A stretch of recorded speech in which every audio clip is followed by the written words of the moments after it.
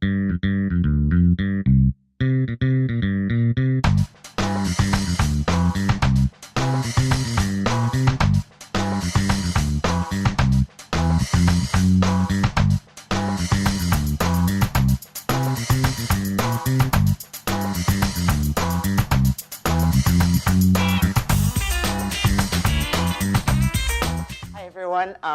name's Hannah, and this talk's going to be a little bit different. I was thinking as I was getting up here that it's kind of awkward that I'm probably the only female speaker today, and although I'm super, super passionate about things like writing small code, we're going to be talking about sexism, which is a little bit different. So I'm Hannah Howard. This is Evan Dorn. There's our little Twitter handle things. We are both from a company called Logical Reality Design.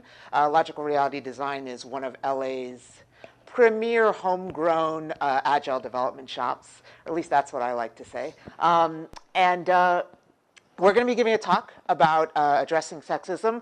I'm going to kind of do the first part, and then Evan's going to take over and give a little bit of a different perspective. So the first part is basically about the issue, about gender and technology, and kind of talking, I'm going to be telling you a little bit about my journey as a female programmer. As you can, okay, I went to the next slide. There was a transition there. We'll just all have to imagine that there was a funny joke inserted there. Yeah, a bit about this gender thing. Okay, so gender is kind of like a big deal. Gender plays a pretty big role in our lives. It actually has an effect on both how we talk, what we wear, what our interests are, who we're interested in, and even in some ways how we carry ourselves. As time goes on, we're coming to really understand that a lot of those traits which we at one point assumed to be sort of biologically inherent. By the way, should I step back so I'm in the video? No, okay, sorry for the technical interruption. Anyway, so a lot of the qualities that we at one point thought were sort of basic biology, we're now coming to learn are learned behaviors that we develop as we grow up in our modern society. But because of all this, we all kind of have a lot invested in this idea of being real men and real women. And we're taught a lot of our lives to be these things. In fact, even the internet agrees with me on this one. If you just do a quick Google search for the terms real men and real women, you get all kinds of interesting ideas about what real men and real women do. For example, most real men shave with chainsaws. So if you don't do that, then you are not a real man. Real women avoid drama, so clearly I am not a real woman. This one I really don't like. A real woman can do it all by herself, but a real man won't let her. That's kind of sketchy. I'm not really a fan of that one. And there's actually a number of them that I'm not a fan of. But basically, when we take these all together, we call these traditional gender roles. And you can see they're also a pastry, but I don't know if anyone can actually read the comic from like way back there. Traditional gender roles are really awful both as a pastry and as a concept. They are basically traditional gender roles are a set of rules for how men and women behave in our society. And they can be kind of strict. And in fact, the traditional version is the sort of like 1950s, housewife, breadwinner thing that we all probably learned happened in the past, no longer happens. So then, what is this thing we call sexism, right? So basically, if you go back to the full-on, old-school traditional gender role of like, the housewife and the breadwinner, there were some basic extra benefits that men got and some extra hardships that women got, right? And so we call that disparity, we call that sexism, right? There, we do, in fact, do what it says on the slide. And the good thing, though, is that in the 20th century, we were able to solve this problem. Sexism was actually solved. I'm hoping some of you in the audience are kind of incredulous at that statement, because it didn't really get solved. we did actually make some really great progress. And in fact, we created a number of opportunities for both men and women that didn't exist before. But if you look at just a basic measure like where power and influence is concentrated in our society, it's unfortunately still more in the hands of men than women. But that's a bigger discussion. I'm sure we can all have a heated argument about it at some point in the near, over dinner. Maybe it won't need to be a heated argument. But we're here to talk about us today, right? We're here to talk about programmers and sexism within the programmer tech community. So what about us? So the first thing to know is that pretty much there's a variety of variations in the numbers based on the studies, but they all tend to put the number of women who are software engineers at around about 20% of overall all software engineers. And the sad thing is that in open source, it's actually a lot worse. So if you look at open source contributions by gender, about 1.5% of contributions to open source code are from women. And the thing about this is this is really sort of the crux of what drives the phenomena or potentially the problem of sexism within the programmer and tech community. Everything about our conversation is influenced by the fact that there's such a disparity in numbers, and it changes the whole sort of equation for how sexism affects people. So, but I'm sure you're saying at this moment, wait a second, Hannah, I know that programming is just a guy thing. Guys like to program, girls like to, I don't know, like, what do we like to do? Play with My Little Pony, at least small children do. But the fact is, this isn't actually how it was always. At one point, most programmers were women. This is a way back thing. Basically, if you look at World War II, even through the 50s and up to the 60s, most programmers were women, in large part because programming was seen as clerical or secretarial work. And you guys have probably all heard of this lady. This is Grace Hopper. She's the person who essentially invented the compiler, or she wrote one of the first ones. And so women have played a role in computer science in the past, but regardless of that, it's nice to look back to that romantic idea of there was a time when it was equally distributed among genders, but we're in the present and we're in a male-dominated profession at this moment. So that's going to shape our current conversation. Okay, and so now for a narrative digression, where I'm going to step away from the slides. Oh, wait. We went back one. There we go. Oh, no, yep. Okay. So I'm going to sort of talk for a little bit away from the slides and tell you a little bit about my own personal story as a female programmer. So I started off programming really, really young. I programmed in high school and in college, even a little bit in junior high, which is not always the typical story for women programmers. But I did get started earlier. Sorry. But I did get started early. And when I was first programming, I actually got a lot of really, really positive feedback. I actually had family members, friends, teachers, generally people who I came in contact with told me that I was, a computer whiz, a programmer, really going to be great at this. And so I really actually did really well on my first time through. But then when I was graduating college, I decided to make a change.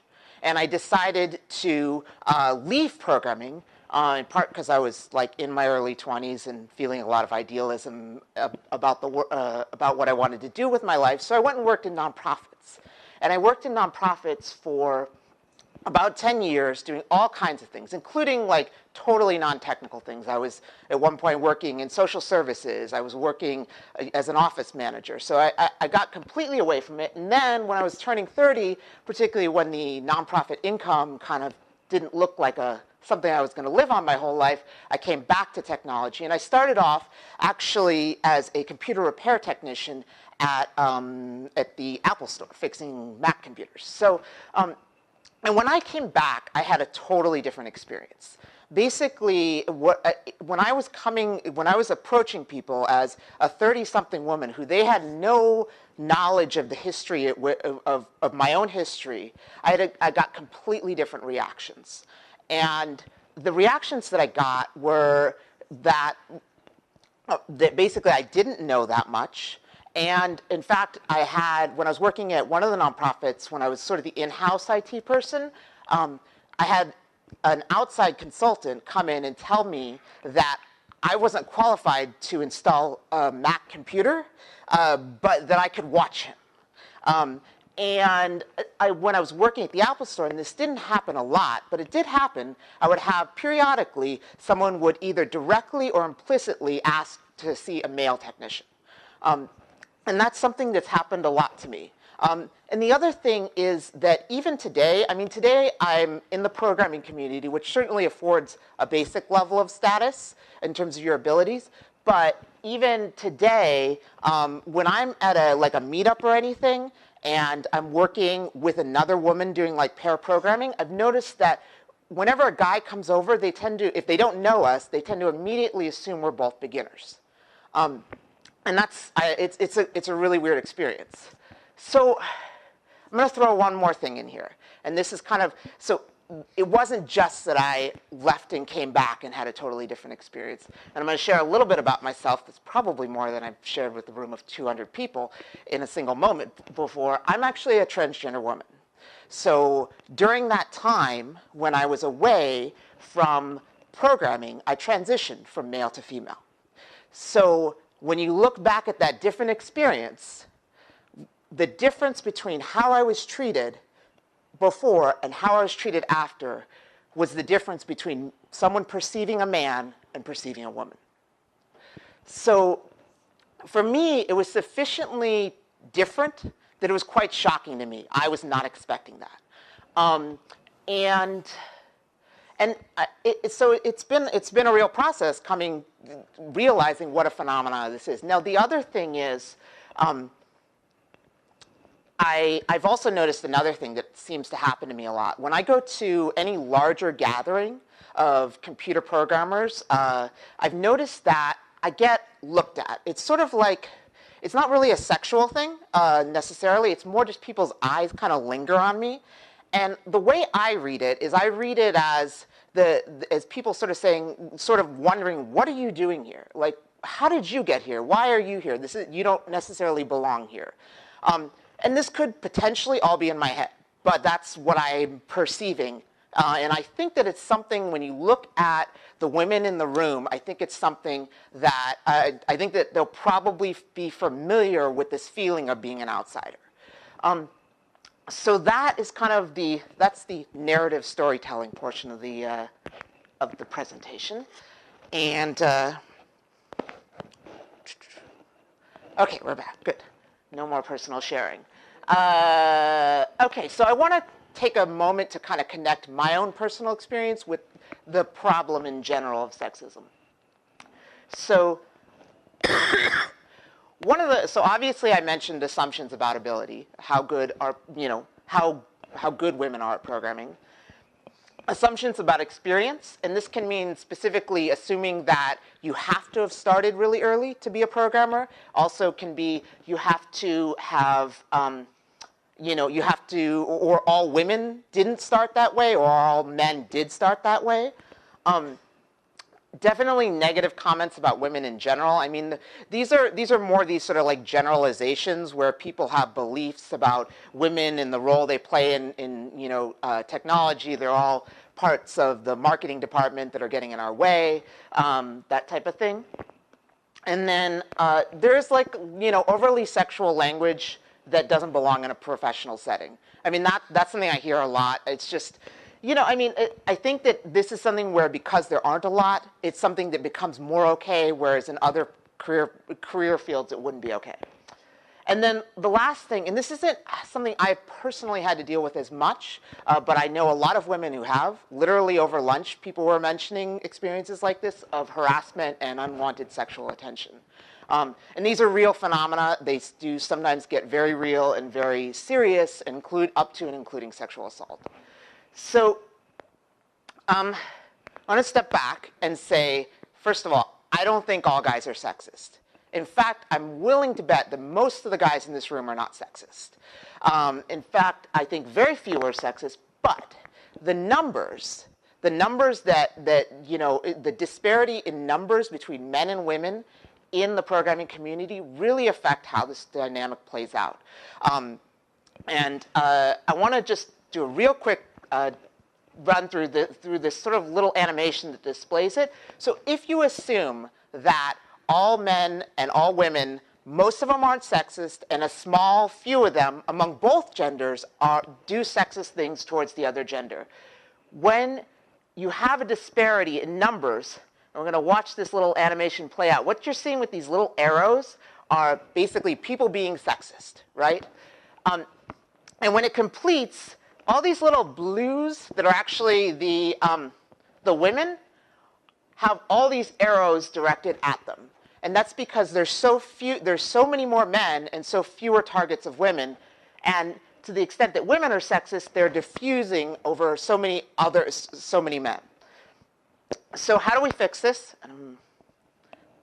How do we fix this? Well, first of all, there's one tactic we could try, which is denial. And actually, denial has been proven to be a pretty healthy tactic, so I highly encourage us to think about this, but then not actually do it. Because the problem is, because of the current situation, the momentum is in the opposite direction, so we have to actively do things to change it. So one thing we can do is we can challenge sexism wherever we see it. This is just like my three-point plan, and I'll get into a little bit more specific things in a second. Challenge sexism wherever we see it, actively and intentionally bring women programmers into the community, and once they're here, make it a safe space for them. One of the biggest challenges for women for bringing women into the community is retention. Women tend to, at any level, show up but then leave sooner because of their experience. Okay, that's real nice, but how would we actually do that? This is just like some really, really simple things you can do. First of all, if you see someone doing something that you know is not okay, say something. And if possible, if it's not harming someone in that moment, say it to them in private so they don't have to be embarrassed. If it's happening in the moment, don't be afraid to say something, especially if it's something really bad. Pay attention to the experiences of the women around you. And this can be just taking a moment to try to be in someone else's shoes, try to think about what someone else might be going through. And then the last thing is that action can be a negative, so just, and I hate to get into all these specifics here, don't say sexist things, don't harass women. That's the sort of short version of that. I think at this point in our society, we have a general idea of what those things are. Also, you can support, this is my interruption for a little plug, so please support RailsGirls, which is happening March 15th and 16th, helping women learn to code. The address is railsgirls.com/LA, and we will have this up at the end, because I realize we've gone through this pretty quickly. And then lastly, what about the guys, right? I know at this point everyone's like, well, you're just talking about women and how they're negatively affected. What about guys? And the fact is that sexism affects guys too. And I might be breaking ranks with the feminist movement in this, but I think it's something that really does affect guys, specifically around meeting these standards of what real men are, right? Being tough, athletic, strong. And really, I think that that when you look at the geek stereotype and the guys who feel like they've been kind of, harassed when they were young, a lot of that has to do with standards of masculinity and not being those sort of real men. So I think we're all in this together. But I'm going to turn it over to Evan, who's going to do a bit about some of the guys' perspective. Okay, so I think sometimes I talk too much. In fact, people tell me that, so I'm going to start off by not talking. Let's just read some slides.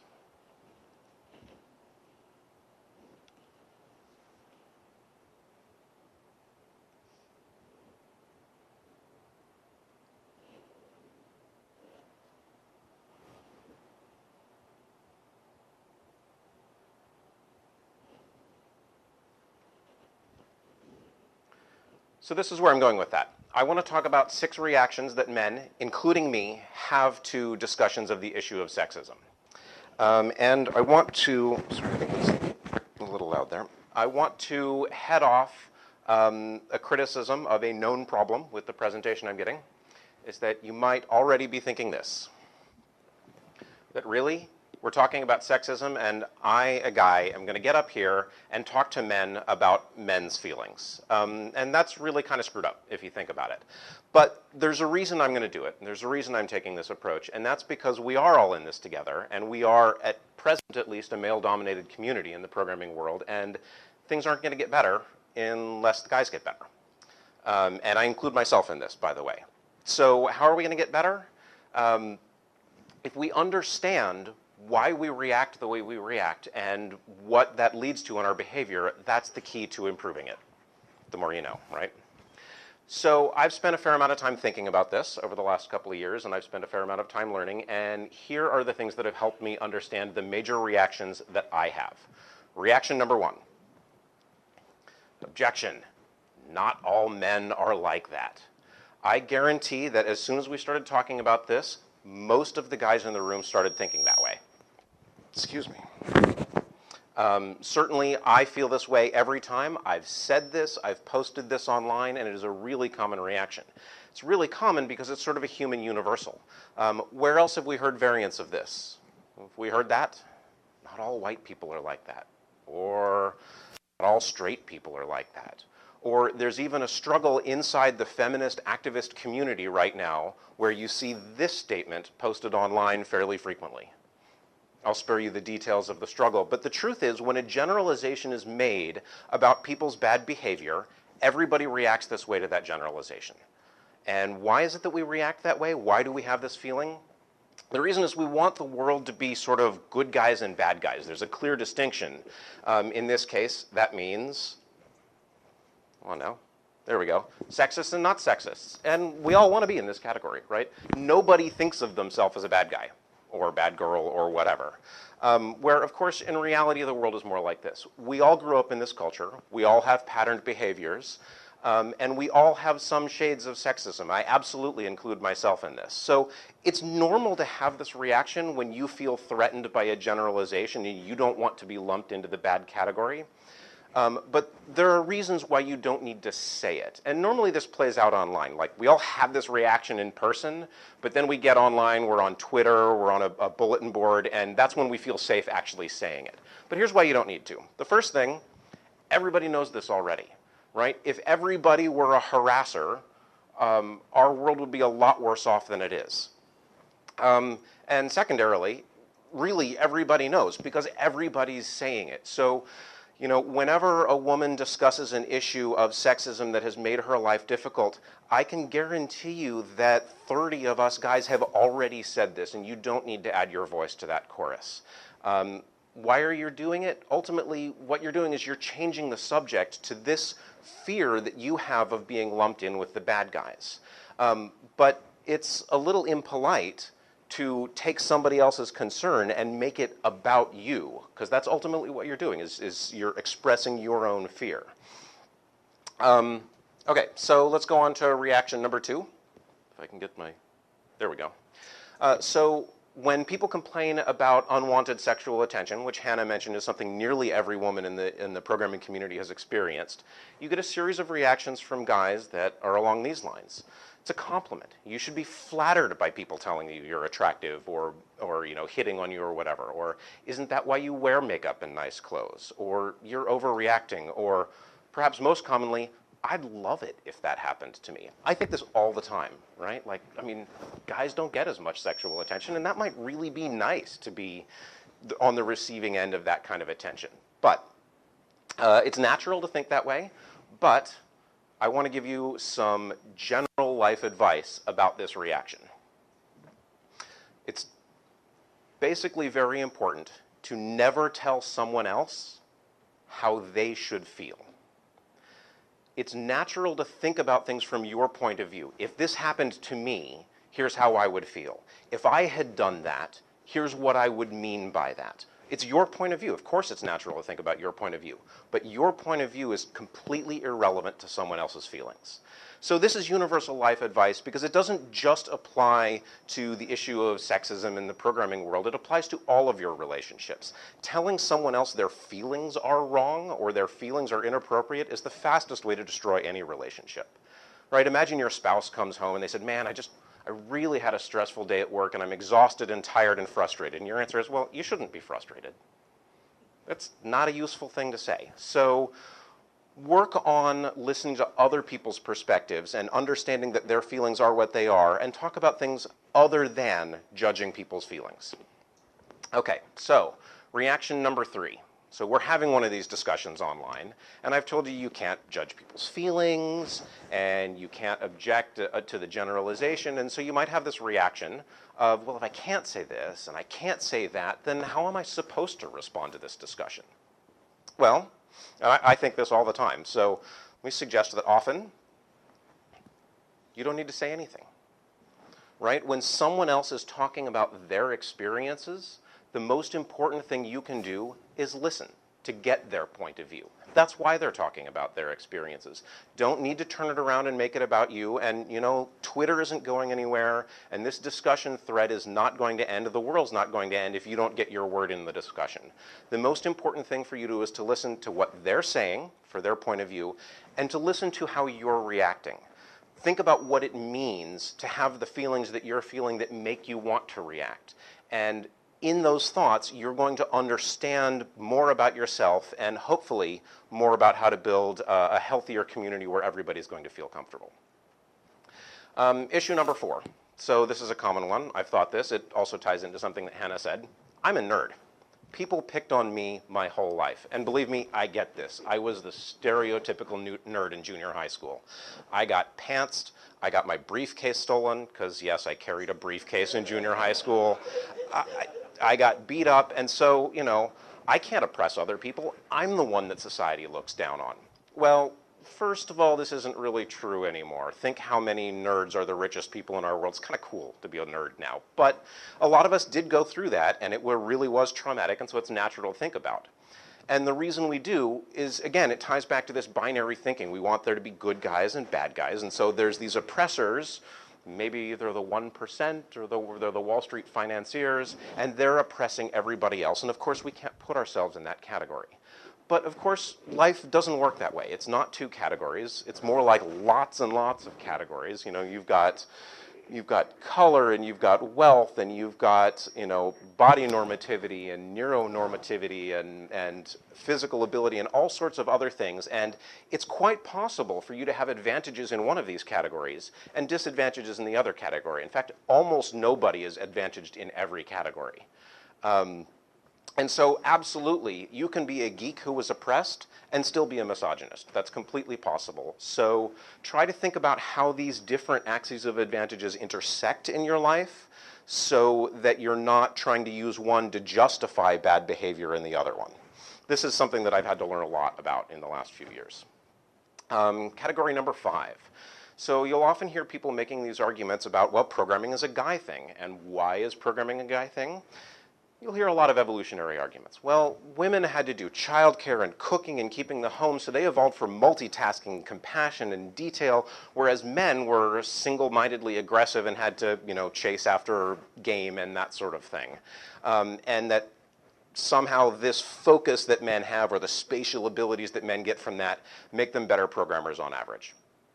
I don't usually like to pull rank, because I think it's not really the nicest way to do a discussion. But my PhD work was in the mathematics and information science of evolutionary biology. And when I hear this kind of argument made from evolution, this is my first reaction. And then this is my second reaction. And then this is my third reaction.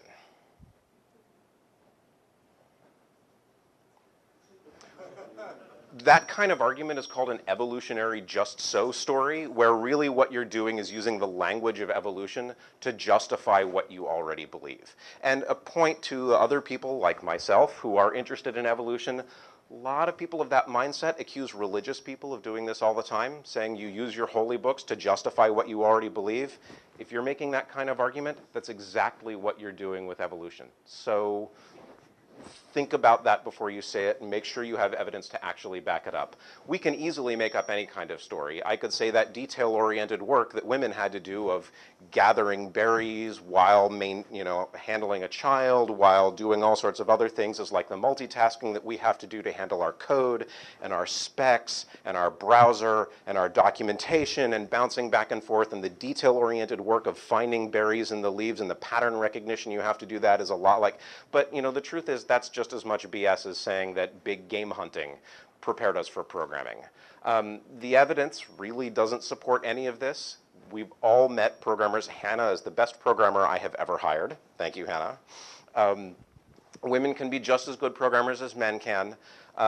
Please don't resort to this kind of thinking to justify why we have gender disparities in programming. All right, and the last issue, and this is probably the scariest one. So we always talk about when issues of victimization come up. They could be harassment or assault or just general sexist conversation and behavior. One of the things that's often said is we should trust the victim first and we should support the victim. And this provokes a really, really common emotional reaction where we say if we're always assuming that victims are telling the truth, then we could be destroying careers and lives over false accusations and misunderstandings. We've all heard this. I've thought it myself many times. I've sat up at night terrified about it when I've read about some of the painful issues of sexism and assault that have happened in our community in the last few years. Relatedly is another reaction. Well, I'm awkward and nervous around women. I am kind of a geek, and I'm speaking in the first person here. So what if someone misunderstood my intentions when I approached somebody in a way that I thought was polite, but I didn't quite get it? They accused me of harassment. That could be my career that's on the line. This is a really natural fear. I want to recognize that, right? I mean, the thought of having your reputation ruined is absolutely terrifying. But I want to say, relax about it. The truth is, this is a thing that really doesn't happen. Why doesn't it happen? First of all, women are reasonable people too. Do you guys have any interest in making a false accusation of harassment to destroy somebody's reputation? Didn't think you did. If you're a reasonable person, you don't. Nobody is really interested in doing that, so you don't need to fear it. The second one is that the consequences of making an accusation like that are often higher for the accuser than for the accused, right? The truth is most women who complain about harassment at work end up losing their jobs. The barrier is really high to making that kind of an accusation. Before it happens, it usually has to be a really traumatic situation in the first place. And so when you have that reaction, you're doing the same thing I mentioned in the first slide. You're making it about your fear. And that's really not a polite thing to do in that circumstance. And ultimately, you're taking someone whose life has already been traumatized and valuing someone else's hypothetical trauma over that trauma that has already occurred. So I understand that it's a natural reaction, but it's one that we want to learn to modulate. And it's one that we want to learn to not express because it really can be problematic. I'd like to share a little parable here that really helped me get it over the last few years. It's a parable written, I will post these slides later so you can get that URL if you can't copy it down really quickly. But it's a parable that was designed to help explain the term male privilege. Because a lot of people react to that and feel like, we no longer have laws that say only men can vote, right? So what is this male privilege thing really? Because it's more subtle than we usually give it credit for. So imagine that we have an Alaskan Husky or a Malamute and this cute lizard, and they're living in a house together in northern Ohio. All right, just bear with me for a second. These two cute animals are living together, and it gets cold in northern Ohio, and the dog is the only one who's tall enough when he stands up on his hind legs to work the thermostat. So he's got this nice fur coat, and so he sets the thermostat at the temperature that's comfortable for him, 55 degrees or something like that. And of course, the lizard is an ectotherm, and 55 degrees is kind of miserable, but he's never known anything different. They've lived together their whole lives. He's always been mildly uncomfortable, and he just doesn't really know that there are any other options. So one day, the dog gets up and, just nudges the thermostat down a little bit, because that's the mood he's in. And the lizard says, "Hey, that kind of makes me uncomfortable when you do that. Could you not do that?" And the dog says, "What? Don't do what? I don't get it. What's making you uncomfortable?" And the lizard says, "Well, how would you feel if I stood up and turned the temperature down on you?" And the dog says, "Sounds great. I'd love it if that happened to me." Remember that comment earlier in the talk? I'd love it if that happened to me. And this is not saying that the dog is a bad person. The dog has a fur coat and is isolated from the feeling of the cold and simply can't understand what it's like to have lived your life cold your entire life. It just can't understand. Not a bad person for not understanding it, but just doesn't have the context to understand that life experience. So I want to repeat from this, when somebody else is telling you about their experiences, listen to their experiences and trust them to be the judge of what their life is like. So male privilege is kind of like just having this fur coat. You haven't had to deal with the things that other people have had to deal with because you haven't been assaulted with it quite as much. Sorry, that's really not the term that I meant there. You haven't been made uncomfortable as often about these issues. So finally, I want to open up with something. Because I don't want to stand up here and pretend that I am this white knight who's got it all figured out, and I'm not a sexist, and I want to tell all of you how to be better guys. Because that's not the way it is. I am like everybody else. I grew up in this culture. I have sexist behavior. I've been working on some of it. And there are some that I have not yet been able to fix. And one in particular that I'm going to publicly call myself out on is the way I look at women. I'm a straight guy. I'm attracted to women. I've been attracted to women all my life, and I like looking at women that I find attractive. And I do it too much. It's okay to notice people. You kind of can't help but notice people you find attractive, but I tend to look too eagerly, and I tend to look too long. And how do I know that? I know that because people have called me out on it. I've had a couple of women tell me that that made them uncomfortable. And the truth is, there's a lot of barriers there to people making that complaint, right? Women are sort of socialized not to criticize men. So I know that if a couple of people have complained, there are a lot more people that have been made uncomfortable. And so this is a sexist behavior I know I have. I'm working on it. I hope that we can all identify and work on our own problems, our own issues. And I want to invite anyone who ever observes any uncomfortable behavior on my part to please call me out on it. I will do my best not to be defensive, and I will do my best to hear you out. And with that, that's the end of my talk. I want to say Hannah and I are both happy to talk to anybody about this, whether it's over the break or over dinner or whatever. But we want to make this a conversation, not a dictatorial lecture. So thank you very much.